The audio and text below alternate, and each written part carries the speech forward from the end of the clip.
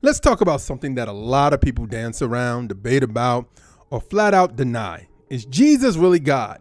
Because in 2025, you got people online saying Jesus is just a prophet, Jesus is just a good teacher, or Jesus never claimed to be God. But today, let's break this down in a way that's biblical, simple, and straight up undeniable. First thing, Jesus didn't just act like God. He didn't just represent God. He claimed to be God. Let's start with the clearest one. John 10:30. Jesus says, I and the Father are one.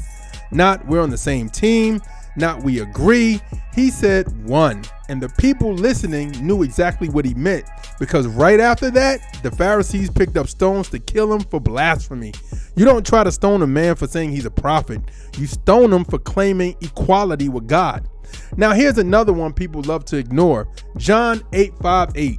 Jesus says, before Abraham was, I am. That's the same name God used in Exodus 3:14 when he revealed himself to Moses. I am that I am.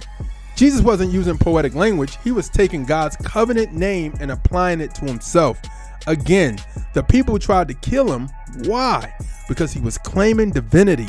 But let's go deeper, because some folks say, well, Jesus never received worship. That's false.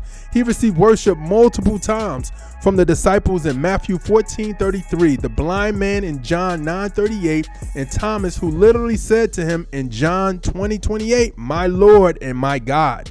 Now, if Jesus wasn't God, that would have been blasphemous. But instead of correcting him, Jesus accepted it. Some people say, but he prayed to the Father. How can God pray to God? Listen, true Christians believe in the Trinity, not three gods, one God in three persons. Jesus prayed because he took on a human form. Philippians 2 says he emptied himself and became like us, fully God, fully man.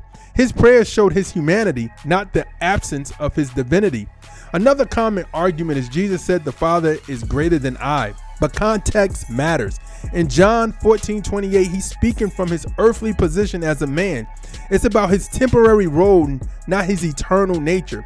Because that same Jesus said in John 5:23 that everyone should honor the Son just as they honor the Father. Nobody but God gets that level of honor.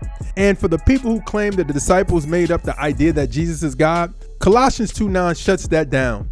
In Christ lives all the fullness of the Godhead in bodily form. Not some, not a part, all the fullness of God. Isaiah 9:6 even prophesied about him hundreds of years before he was born, calling the Messiah mighty God and everlasting Father. So Jesus being God isn't a New Testament invention. It's the fulfillment of the Old Testament prophecy. Here's the truth.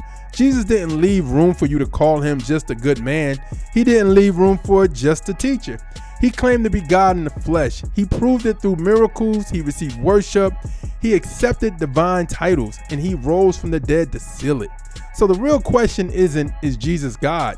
The real question is, do you believe him?